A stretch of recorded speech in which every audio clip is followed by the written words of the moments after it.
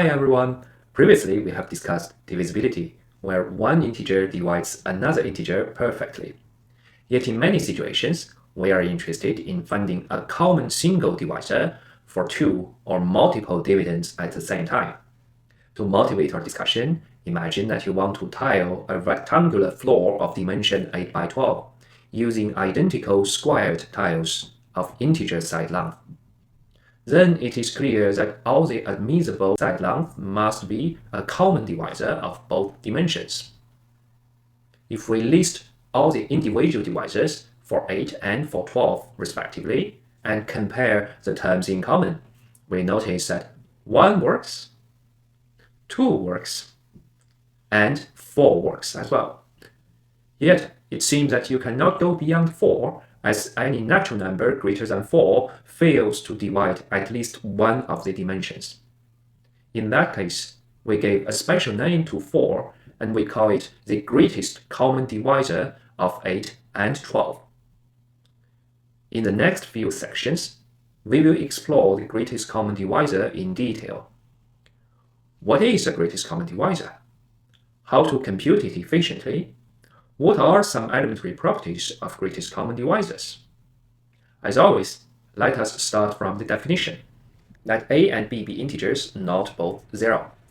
We say a natural number d star is the greatest common divisor of a and b, and denoted by GCDAB if the following two conditions are satisfied at the same time.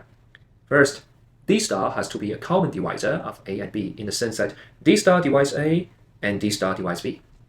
Second, d star must be the greatest in this category, meaning that if there is another common divisor d of a and b, then d must be less than or equal to d star.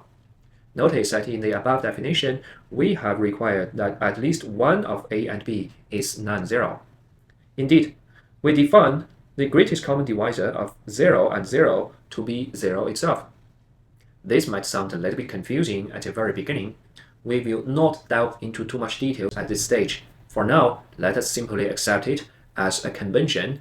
Later on, when we have studied the Divisor identity, we will come back and give more details, justifying why such is a reasonable definition.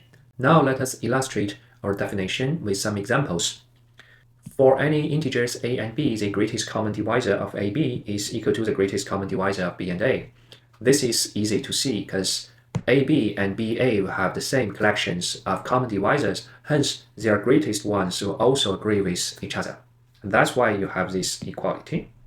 Next, for any integer b, the greatest common divisor of 0 and b is equal to the absolute value of b. You see that to be a greatest common divisor of 0 and b, it must be a common divisor of 0 and b. In particular, it must be a divisor of b.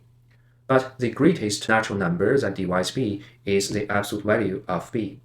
We have put the absolute value because b might be negative. Moreover, the absolute value of b divides 0 always. Hence, the greatest common divisor of 0 and b must be the absolute value of b. Next, the greatest common divisor of 1 and b is always 1. This is because to be a greatest common divisor, it must be a common divisor, and to be a common divisor, it must be a divisor. Hence, this greatest common divisor must be a positive divisor of 1, which means it is equal to 1.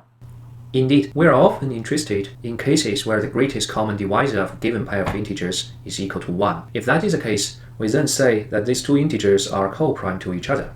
For example, let pq be distinct primes. Since the only positive divisors of p are 1 and p itself, and the only positive divisors of q are 1 and q itself. Moreover, as p and q are not equal to each other, the only thing in common is 1. In other words, the greatest common divisor of pq is equal to 1, and we say these two primes, p and q, are co-prime to each other. Yet be careful, the co-primality concerns the relation between two integers. If two integers are co-prime to each other, it doesn't mean necessarily that either of these integers is a prime number. For example, if you list all positive divisors of 8 and of 15 respectively, and compare the common terms, then we see easily that 1 is the only positive common divisor.